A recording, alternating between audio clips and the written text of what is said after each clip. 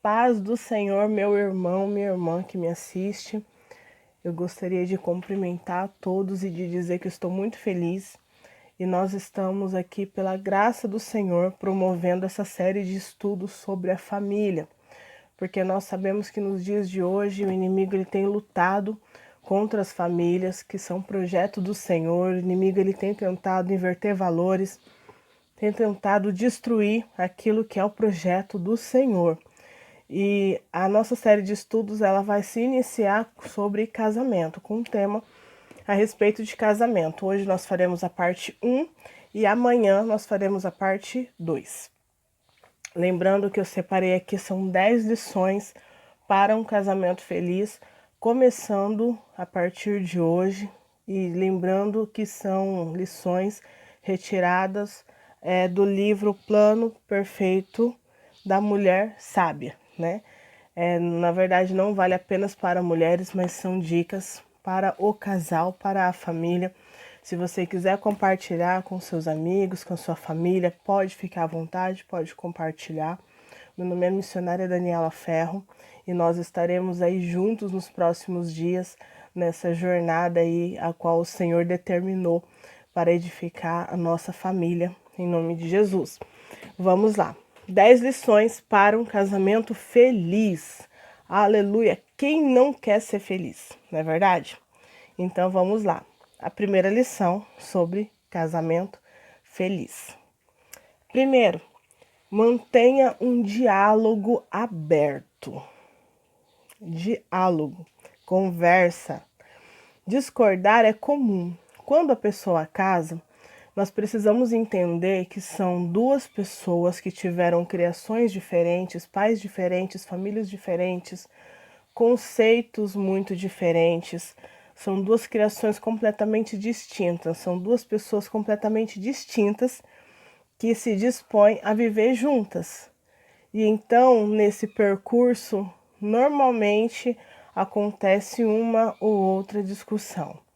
E hoje nós vamos estar aqui falando sobre as implicações de uma discussão. Quando acontece uma discussão no casamento, nós vamos estar falando a respeito disso e de como nós podemos sanar esse problema à luz da Bíblia. Primeiro, quando um casal briga, existem duas coisas que acontecem, nem sempre as duas, mas pelo menos uma das duas. A primeira, eles já ficam sem conversar. Ficar sem conversar. Talvez até mesmo por vários dias. Para muitas pessoas, aquele silêncio ele é pior ainda do que se fossem palavras. Na verdade, muitos usam o silêncio para poder machucar a outra pessoa. Então fala assim, você não concorda comigo, você não vai me deixar fazer tal coisa, então eu não falo mais com você. E a segunda coisa que os casais também tendem a fazer é falar demais, de um extremo ao outro. Ou o casal fica sem conversar, ou o casal fala muito. E nesse problema de falar muito, o que acontece muito também é que as pessoas começam a desenterrar coisas do passado, começam a desenterrar pequenas atitudes do cônjuge que acontecem ali durante o dia a dia e que acaba passando batido. Só que na hora da raiva, a gente acaba pegando tudo aquilo, a gente fala assim, eu já aguentei coisa demais, a partir de agora eu vou começar a tacar tudo na cara. Então isso também começa a acontecer. Então os casais têm essas duas reações, ou durante um atrito, uma briga, ou param de conversar, ou acabam falando demais e acabam ferindo ali o seu cônjuge com as palavras. A gente só precisa lembrar de uma coisa. Quando nós falamos a respeito de diálogo, diálogo é uma conversa. Se só uma pessoa conversa, não é mais um diálogo, e sim é um monólogo. É quando a pessoa fala e a outra pessoa não se mostra muito interessada. O fato da pessoa ficar ali presente, escutando a outra falar sem dar nenhuma opinião, também não é considerado uma conversa. Só é conversa se os dois conversam, se os dois dão a sua opinião, um escuta, outro fala e vice-versa, e eles então conseguem chegar a um consenso. E a gente também precisa lembrar que quando os dois falam ao mesmo tempo, também não é considerado diálogo, aí já é briga. E como a gente sempre brinca, os casais precisam conseguir resolver ali os seus problemas, porque se os dois falam ao mesmo tempo, aí são os vizinhos que escutam, ou seja, sempre vai ter alguém escutando nessa situação. Mas é sempre necessário lembrar que o diálogo é quando ele é de extrema importância para o casal. É importante que o casal chegue, que o casal converse sobre o dia. O esposo e a esposa se sentem, perguntem do seu dia, perguntem como é que está indo as coisas ali no trabalho. Perguntem perguntem sobre o dia, como que foi. Perguntem as coisas nos mínimos detalhes, mas isso é algo que deve ser feito mutuamente entre os dois. É uma forma de você também dizer eu te amo. Se você senta com a pessoa ali que você está casado e você pergunta como foi o dia dela, de certa forma você está mostrando que você se importa com aquela pessoa. E aqui vamos ver agora à luz da Bíblia o que a Bíblia tem a nos dizer sobre diálogo. Vamos lá. Provérbios 10:19 nos diz assim: quanto mais você fala, mais você está perto de pecar. Ou seja, muitas das vezes é melhor que a gente fique calado, que a gente engula seco aquela situação, talvez alguma palavra, é melhor, porque quanto mais quieto a gente fica numa briga, mais é a chance da gente acertar. E quanto mais a gente fala, mais perto do erro nós estamos.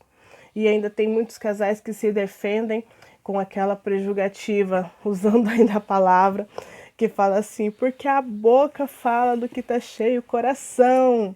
Se ele me falou tal coisa, então é porque é realmente o que ele sente. Irmãos, a boca fala do que tá cheio o coração, mas não na hora da raiva. Nem sempre. Você mesmo pode dizer coisas na hora da raiva que você não estava pensando, seu coração não está cheio daquilo. E você fala realmente por uma questão do momento, sangue quente, e a gente acaba dizendo coisas que não deve. A Bíblia também nos fala em Eclesiastes 3:7, que há tempo para todas as coisas. Então, há tempo de falar e tempo de ficar calado. Mateus 5:37 nos diz assim, que a nossa palavra, a palavra do crente, tem que ser sim, sim, não, não. Então, muitas das vezes, durante ali uma briga, a gente tem algum atrito e o cônjuge fala para você, mas você tá chateado com isso? E às vezes a gente tende a falar, não, eu não tô. Sendo que na verdade nós estamos. Então, a nossa palavra tem que ser sim, sim, não, não. Só tem um jeito da gente resolver as coisas mediante o diálogo, que é quando nós somos verdadeiros com a outra pessoa e conosco mesmo.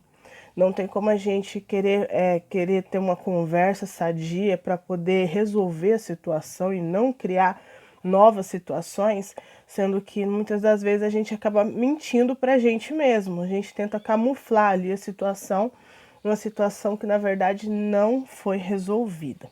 Amém? Então, para finalizar esse primeiro tópico, Provérbios 16:21 nos diz assim: o sábio de coração, ele é considerado prudente. Quem fala com equilíbrio promove a justiça. Equilíbrio. Equilíbrio é a palavra-chave para um casamento feliz. Você quer ter um casamento abençoado? Tenha equilíbrio, nem de mais nem de menos, mas seja equilibrado. Encontre no Senhor o equilíbrio que você precisa para o seu casamento, para a sua vida, para que você venha ser uma esposa ou um esposo equilibrado na presença do Senhor, e você vai ver o Senhor fazer maravilhas no seu casamento, amém? Então vamos agora para o segundo tópico. Andem de olhos fechados. Esse estudo ele é separado em alguns tópicos maiores, uns assuntos que demandam um pouco mais de tempo e outros que demandam um pouco menos de tempo. Amém? Esse daqui já é um pouco menor. Esse tópico chama Andem de olhos fechados no casamento. O que significa isso? Vamos ver. Depois de casados, quando a gente está namorando, o rapaz ele sempre vai olhar para a moça e ele vai imaginar a rainha dos sonhos dele. Enquanto a moça vai olhar para o rapaz e vai ver nele a sua imagem do que seria um príncipe encantado. E ali aqueles dois com esse pensamento, com essa expectativa, se casam. E depois de algum tempo eles descobrem que não era exatamente isso.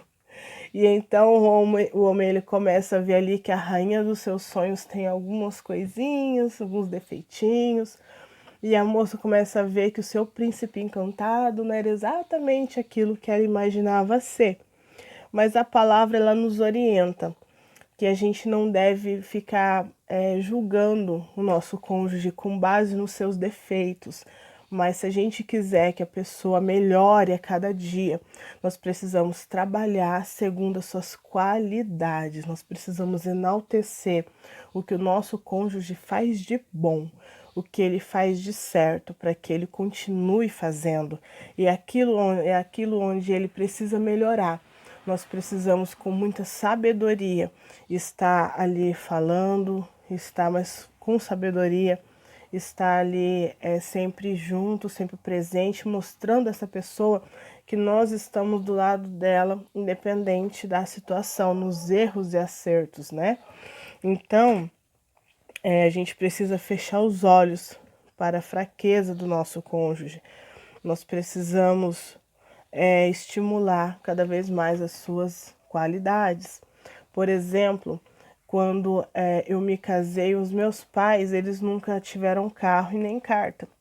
E então eu não sabia dirigir, não tinha muita noção. E o meu esposo, ele já tinha um carro e ele já tinha carta também. E quando ele me disse para eu tirar a minha carta, eu fiquei com muito medo. Eu falei assim, eu não vou tirar a carta porque eu não tenho noção de como se dirige um carro.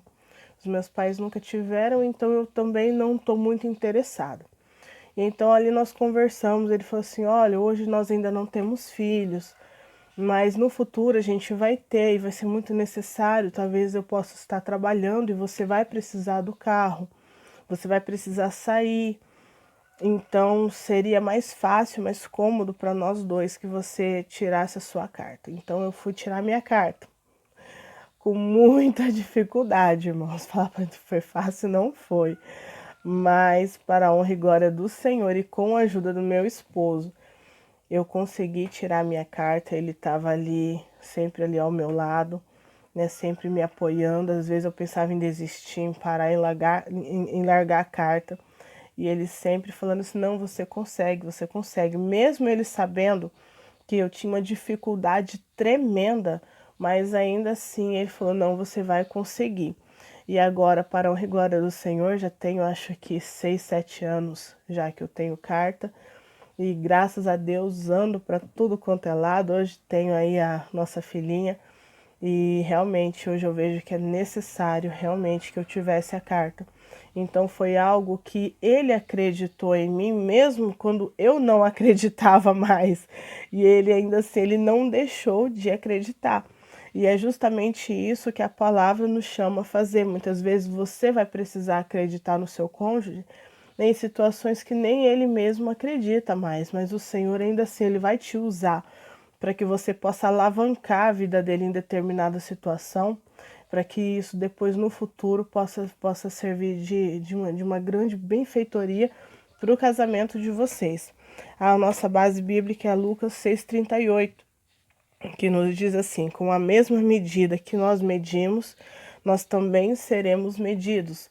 Ou seja, nós precisamos sempre olhar o outro com um olhar de amor, com um olhar de compaixão, sempre ter muita empatia, nos colocar no lugar da outra pessoa e assim o Senhor ele vai abençoar o nosso casamento, porque da mesma maneira que a gente faz, tudo que a gente faz para o outro também é retribuído na nossa vida em bênção, né? Se o que nós fizermos for bênção também. Então vamos lá para o terceiro tópico do nosso estudo. Eu estou tentando dar uma corridinha aqui para não ficar tão comprido o vídeo, a gravação. Em terceiro lugar, esse é um assunto bem polêmico, mas é necessário que seja comentado. Em terceiro lugar, sejam fiéis até a morte. Ser fiel. Em terceiro lugar, fala sobre fidelidade. Sejam fiéis até a morte. Ao casar, você promete perante Deus e perante os homens que você vai ser fiel àquela pessoa.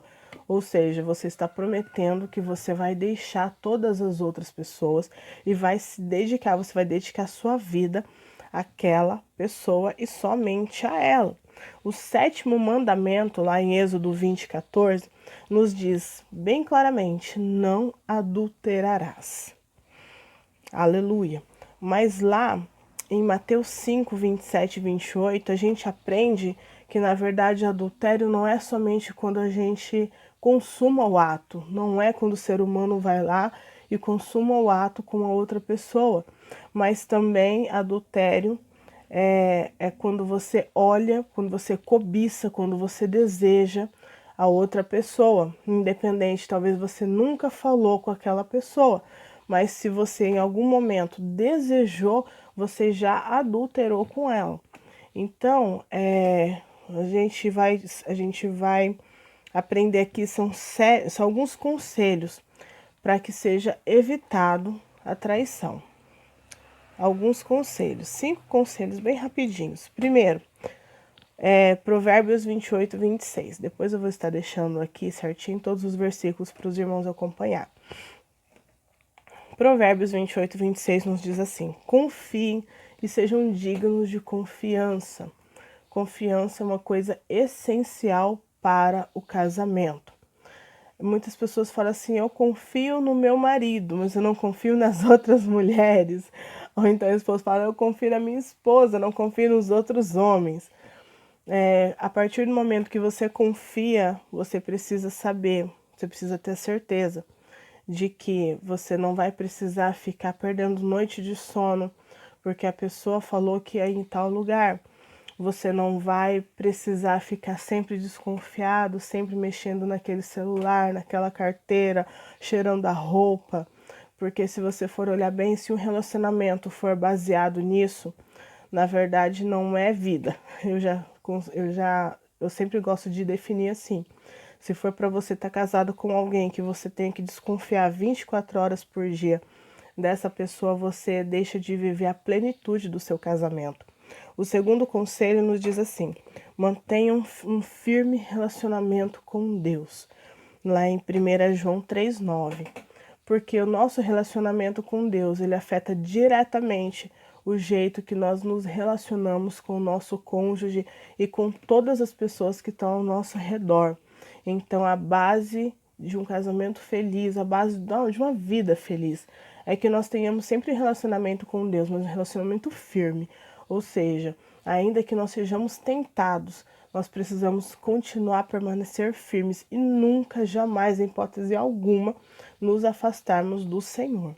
Em terceiro lugar, excluam das suas vidas literaturas, filmes, site ou qualquer outro material que tenha conteúdo adulto, em outras palavras, conteúdo pornográfico, porque isso a gente sabe que é uma coisa que sempre vai destruir o casamento, é uma coisa que muitos casais ainda têm isso como prática, para poder melhorar ali o seu relacionamento ali com o seu cônjuge, mas nós aprendemos perante a luz da palavra, lá em Salmo 101, 2, 3, que tudo que nós fazemos é para a glória do Senhor. Então não cabe ao cristão participar aí dessa indústria que tem crescido tanto nos últimos anos e que tem levado tantos casamentos à falência. O quarto conselho: evite relacionar-se com pessoas que podem te levar a pecar. Provérbios 5, 6. Como assim, pessoas que podem me levar a pecar? Se você sabe que determinada pessoa tem uma falha ali no seu caráter, se você sabe que determinada pessoa já teve no futuro alguma predisposição, né, com a sua vida, você sabe ali que no passado já aconteceu algo, você sabe ali que aquela pessoa tal olha você diferente, então se afaste. A palavra do Senhor ela é clara quando ela nos diz resistir o diabo e ele fugirá de vós. Resistir. Não tem como o inimigo fazer nada contra uma pessoa que está resistindo, contra a pessoa que não está se colocando em uma situação de tentação. Porque muitas das vezes a gente precisa entender que assim, toda tentação ela só vai ser consumada, ela só vai surtir efeito na nossa vida quando nós nos deixamos tentar por ela. Então, por exemplo, se você sabe que você não está muito bem, seu casamento está passando por uma crise, você tem ali um ex-namorado que agora, por acaso, ele está solteiro, você sabe que aquela pessoa ali já comentou com outra pessoa que se ele tivesse a oportunidade, ele teria casado com você. Aí você vai fazer o que na casa dessa pessoa? Você vai evitar, você vai fugir, porque a gente nunca pode menosprezar o inimigo, nunca, jamais menosprezar o inimigo, porque tudo aquilo que ele puder fazer para destruir a sua vida e o seu casamento, ele vai fazer. Ele vai usar toda e qualquer pessoa que ele puder usar na vida de quem ele tiver liberdade, ele vai usar. Por isso cabe a nós, cônjuges, que temos o nosso casamento em Deus, sermos vigilantes, vigilantes com tudo e com todos à nossa volta. O quinto e último conselho, ainda sobre a parte de infidelidade. Ocupe o seu tempo e a sua mente com coisas que edificam, que está lá em Mateus 12, 43, 45. Mantenhamos a nossa mente ocupada. Tem um ditado popular no mundo que diz: mente vazia, oficina do diabo. E realmente, procure ocupar sua mente com coisas que glorificam a Deus, com coisas que vão edificar a sua vida, com coisas que não vão deixar nenhum espaço vazio para que o inimigo venha trabalhar na sua mente. Porque sim, quando a nossa mente está ociosa, está ali aflita, preocupada, ansiosa, e a gente se afasta do Senhor, nós temos uma grande probabilidade de abrir ali uma brecha, um espaço, para que o inimigo venha agir na nossa vida e no nosso casamento. Então vamos sempre nos ocupar, procure sempre estar lendo, estar orando, estar vigiando, que a palavra nos diz vigiai e orai. E muitas das vezes a gente ora muito, só que não vigia. E então acaba o mal ali acontecendo. Então vamos vigiar primeiro e vamos orar e vamos ler a palavra e vamos estar na presença do Senhor e vamos permanecer, né? E vamos aí ter a vitória em nome de Jesus. Nosso quarto tópico a respeito de casamento diz assim: casamento requer cuidados diários. Muitas pessoas falam assim: enquanto eu estava namorando era uma coisa, agora eu casei, não precisa mais mandar flor, mandar bombom, eu não preciso mais elogiar o meu marido quando eu saio de casa. Não precisa, já está casado mesmo, depois de tantos anos vou ficar falando eu te amo, mas não é isso que a palavra nos ensina. Nós precisamos pensar que casamento é como se fosse uma plantinha. Se você tem aquela planta, ela vai exigir cuidados diários seus. Ou seja, você vai precisar molhar, adubar, tirar as folhinhas ali que estão mortas, você vai precisar podar, para que aquela planta venha crescer saudável e venha ser mais vistosa. Se a gente não cuida do nosso casamento, o casamento tende a se desgastar e até mesmo pode levar a uma separação. E a gente precisa aprender que não é muito difícil cuidar de um casamento, você não vai gastar horrores, você não vai demandar muito tempo, mas sim pequenos gestos, pequenos atos todos os dias vão fazer toda a diferença. Quer ver só? Você pode falar assim, tem muitas pessoas que têm dificuldade para poder expressar os sentimentos, então para isso você pode falar: você já almoçou hoje? Olha, o tempo parece que vai chover, leva um guarda-chuva, leva uma blusa de frio. Você precisa de alguma coisa? Quando a esposa for trabalhar, pega um bilhetinho, deixa em cima ali daquela marmita dele que ele vai levar para o serviço. Bom dia, eu te amo.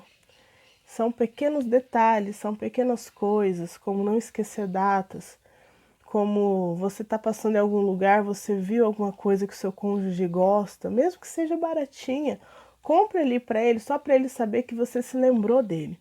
São pequenos gestos, mas todos os dias, que vão fazer toda a diferença no casamento. Uma coisa interessante, eu vou deixar para os irmãos meditarem em casa, que está lá no livro de Cantares. Meditem no livro de Cantares, que nós vamos ver a respeito de um amante que está sempre ali disposto a fazer as coisas para a sua amada, para que a sua amada se sinta desejada, para que sua amada se sinta feliz, se sinta cuidada, né? E na mesma maneira também os homens, então podem estar ali meditando no livro de Cantares. Gostaria só de fazer apenas uma pequena ressalva. Nós precisamos cuidar dos nossos cônjuges, mas novamente lembrando com equilíbrio. Então vamos equilibrar também os ciúmes. Vamos estar equilibrando os ciúmes, porque se você pega ali a sua planta e você molha ela 5 vezes ao dia, você vai matar a plantinha afogada. Aquela planta vai morrer por excesso de água, por excesso de cuidado, sendo que na verdade a gente precisa ser equilibrado. Vamos cuidar, vamos amar, vamos zelar daquela pessoa que o Senhor nos deu, mas com equilíbrio, para que a gente não venha sufocar também a pessoa a ponto dela querer ir embora de casa porque ela não está conseguindo viver. Então, vamos fazer tudo com equilíbrio. Amém? Vamos lá para o quinto tópico, já está quase acabando. Quinto tópico: aprendam a dar para receber. O casamento funciona como a lei da semeadura. Hoje você planta, amanhã você colhe. O problema é que tem muitas pessoas que às vezes elas não plantam, só que elas ainda assim querem colher. A gente precisa se lembrar que da mesma maneira que nós tratamos o nosso cônjuge, nós também seremos tratados. Porque a gente não está falando de uma pessoa que você tem amizade, que você conheceu na rua. Não, nós estamos falando de alguém que dorme e acorda com você. E da mesma maneira que nós tratamos essa pessoa, automaticamente vai chegar numa hora que nós vamos começar a ser tratados, porque a gente convive, a gente vive junto com essa pessoa. Então, que a gente sempre possa tratar o nosso cônjuge da melhor maneira possível. Tem muitas pessoas que falam assim: ah, esse homem ele não presta, esse homem ele é um encostado, ele só fica aqui nesse sofá, ele não faz nada. E tantos outros adjetivos, a gente sempre precisa lembrar que a palavra tem poder. E muitas das vezes a gente está até ali querendo, talvez até mesmo ganhar o nosso marido para Jesus, só que de tanto que a gente acaba falando que ele é um encostado, que ele não presta para nada, que ele não serve para nada, que ele é um fracassado, aí vai ficar um pouco difícil do seu marido ir para Cristo com essas atitudes. Então a gente precisa sempre, ainda que a situação não seja das melhores, mas use a sua boca, homem, use a sua boca, mulher, para profetizar coisas boas sobre a vida do seu cônjuge, sobre o seu casamento, ainda que você não esteja vivendo a melhor fase do seu casamento, mas olhe para aquilo que o Senhor pode fazer sobre a vida do seu cônjuge, do seu esposo, da sua esposa. Lá em Provérbios 18:1, nos diz assim: a morte e a vida estão no poder da língua. Ou seja, o que você escolhe, a morte ou a vida? Profetizar a morte ou profetizar a vida sobre sobre a vida da pessoa que você ama. Aleluia. Vamos lá para o outro sexto tópico. Já estamos acabando. Roupa suja se lava em casa. Roupa suja se lava em casa. Esse tópico é ótimo. Defeitos, falha de caráter, problemas no casamento, problemas financeiros. Não é para qualquer pessoa que você pode sair contando. O ideal seria para ninguém. Porque aquilo que é pertinente ao casamento, o correto seria que apenas o casal tratasse desses assuntos. Nós vemos muitas pessoas talvez estão com problema no casamento e mesmo sendo crentes, ainda assim elas vão procurar pessoas do mundo, pessoas que não conhecem a Cristo, pessoas que não sabem que nós vivemos no reino dos céus. E as pessoas elas vão procurar essas pessoas para tomar conselho. E sendo que a gente foi chamado para ser luz do mundo e sal da terra. Então, eu não estou falando para você que você precisa viver de aparências. Não é isso que eu estou dizendo. Só que o que eu estou dizendo é que os nossos problemas familiares nós resolvemos primeiro em casa. Se você tiver algo para dizer para o seu esposo, por exemplo, aconteceu alguma situação em público, você não vai dizer em público, porque lembre-se que você é luz do mundo, você é sal da terra, você é a pessoa onde aquelas outras pessoas estão se espelhando. Então aconteceu algo em público, resolva em casa, converse em casa. Você quer chamar a atenção da outra pessoa, aconteceu algo que você não gostou, converse em casa. Não deixe que as outras pessoas, que as pessoas ao redor fiquem se alimentando dos problemas do seu casamento. Aleluia. Se vocês não conseguirem resolver, levem aos seus pastores, levem aos pastores da igreja, que são pessoas que estão preparadas para poder resolver esse tipo de problema. Ou então vocês podem até conversar com pessoas que podem, que irão dar uma direção na palavra do Senhor, mas lembrando, sempre mantendo o sigilo. Sempre mantendo o sigilo. Pessoas de extrema confiança do casal, que o casal sabe que não vai passar a situação adiante, que não vai contar para ninguém sobre a situação e vai ter condição de resolver na palavra.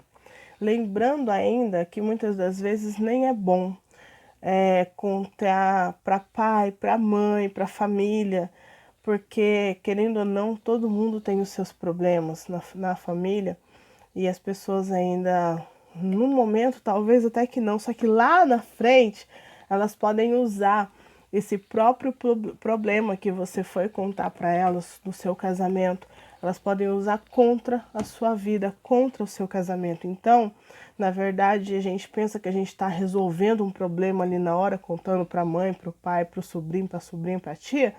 Só que, na verdade, lá na frente a gente está arrumando um problema maior, porque essas pessoas podem pegar a situação e podem ainda usar ela contra você. A base bíblica que nós temos está lá em Deuteronômio 5, capítulo 30, versículo 32 e 33, para que a gente venha meditar a respeito desse tema. Roupa suja se lava em casa. Sétimo tema, nós já estamos acabando com apenas 8. Sétimo tema nos diz assim: aprendam a cuidar das economias, financeiro, dinheiro. O que a gente aprende? Muitos casamentos acabam por causa daquele mais um cartão. Meu marido é muito mão de vaca, ou então meu marido gasta com coisa que não precisa. Minha mulher gasta com coisa que não tem necessidade. Então a gente vê que isso é muito frequente, é muito comum, muitos casais até mesmo se separam por causa da questão financeira. Só que mais uma vez vale a pena ressaltar o que eu já tenho falado em algumas lições anteriores a respeito do equilíbrio. Então tenhamos equilíbrio. Não é nem para gastar muito, mas também não é para deixar de viver, deixar o dinheiro todo no banco e deixar de viver. É sempre necessário uma reserva, nós sempre precisamos ter uma reserva de dinheiro, porque a gente nunca sabe o que pode acontecer. Talvez você ainda não tenha criança, talvez você já tenha criança, mas quem tem criança sabe que criança é uma caixinha de surpresa, mas não somente criança, às vezes a gente também pode precisar de uma cirurgia do dia para a noite, a gente pode precisar fazer algo da nossa saúde, a gente pode precisar ali de um dinheiro urgente, e nós precisamos ter condição de honrar com esses compromissos. Então a gente nem pode esbanjar tudo que a gente tem. E também a gente não pode também ficar gastando, ficar colocando tudo, deixando tudo guardado, sem um centavo para poder aproveitar com a nossa família.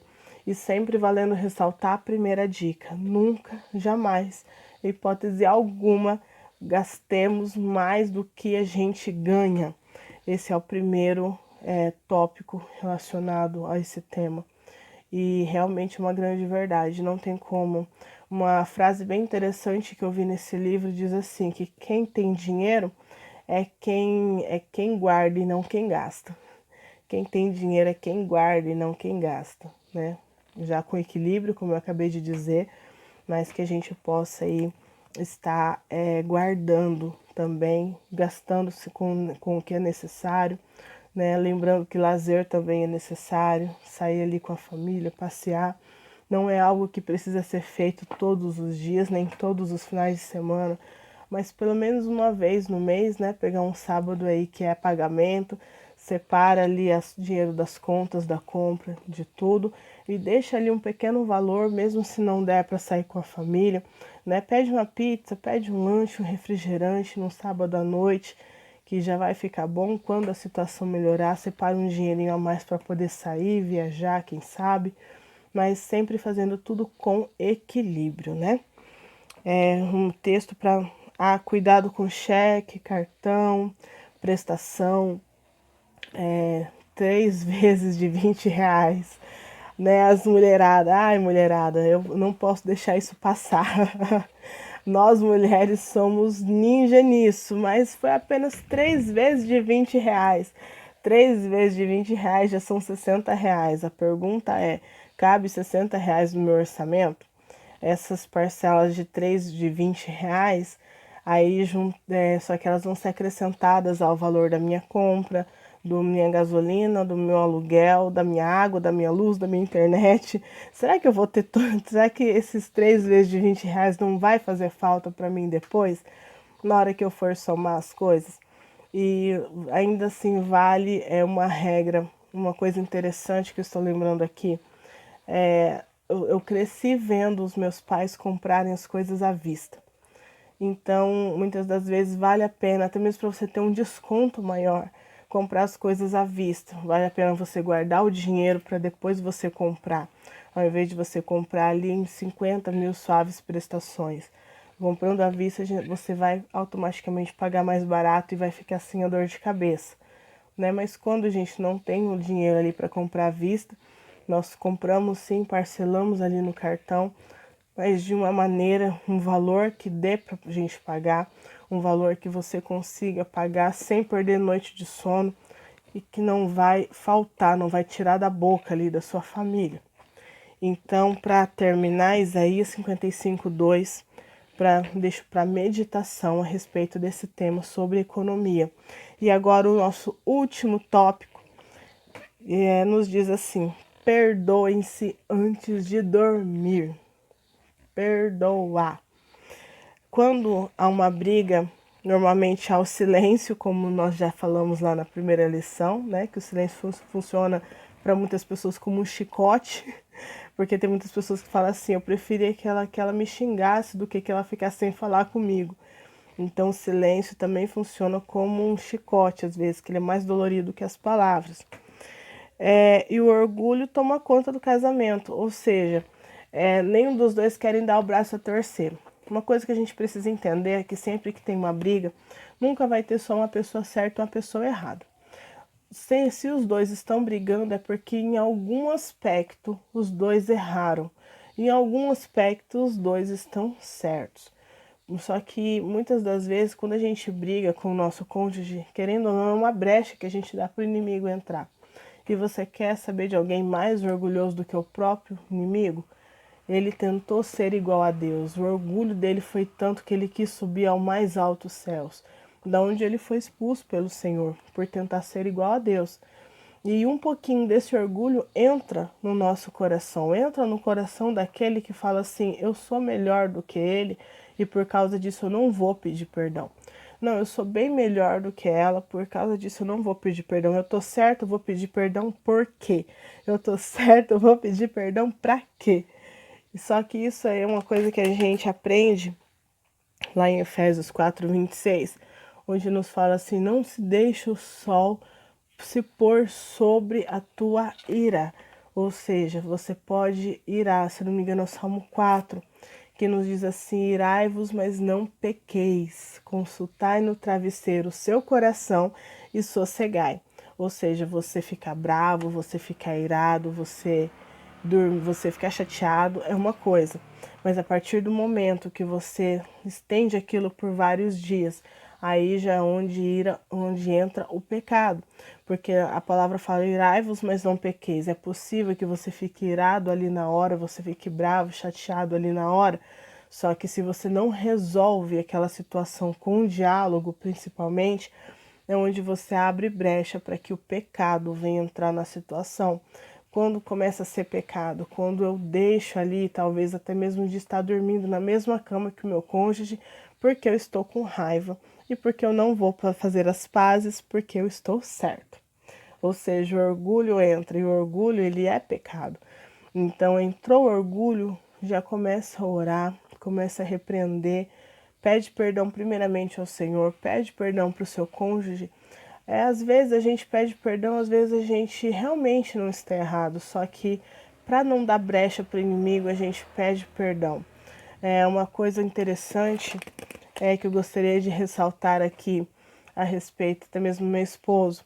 É uma coisa tão assim maravilhosa, uma coisa que ele faz. Nós já estamos casados há 14 anos. Mesmo quando aconteceu algum atrito, alguma briguinha ali, mas eu nunca vi ele ir orar e ele não apresentar a minha vida, mesmo estando bravo, chateado comigo. Ele orando ao Senhor, agradecendo pela minha vida e falando para que o Senhor viesse me abençoar. Então é uma coisa muito tremenda que eu aprendi com ele, independente da situação, mesmo se a situação está difícil, se o seu casamento já está desgastado já de muito tempo, mas ainda assim agradeça a Deus pela vida da pessoa que ele colocou ao seu lado, porque com certeza sem essa pessoa você não seria a pessoa que você é. O nosso cônjuge, ele entra na nossa vida para poder acrescentar aquilo que nós somos, para poder melhorar quem nós somos, e nós também melhoramos a vida da outra pessoa. E assim, né, nossa vida é uma pessoa que ela nos completa e nós completamos a vida dela, e através disso nós vamos glorificando a Deus juntos, né? Como diz lá em Eclesiastes, o cordão de 3 dobras não se quebra com facilidade.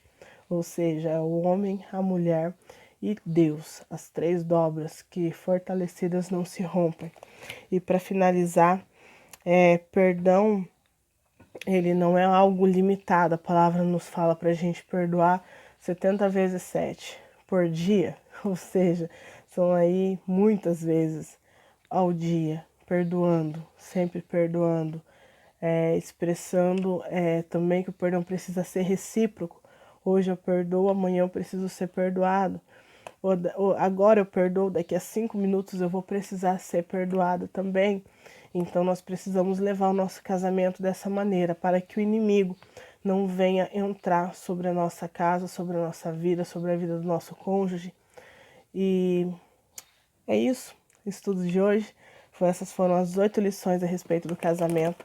Amanhã nós estaremos trazendo mais 2 lições, são 10 lições no total, mais 2 lições e uma lição também a respeito de pessoas que têm o cônjuge que não é cristão.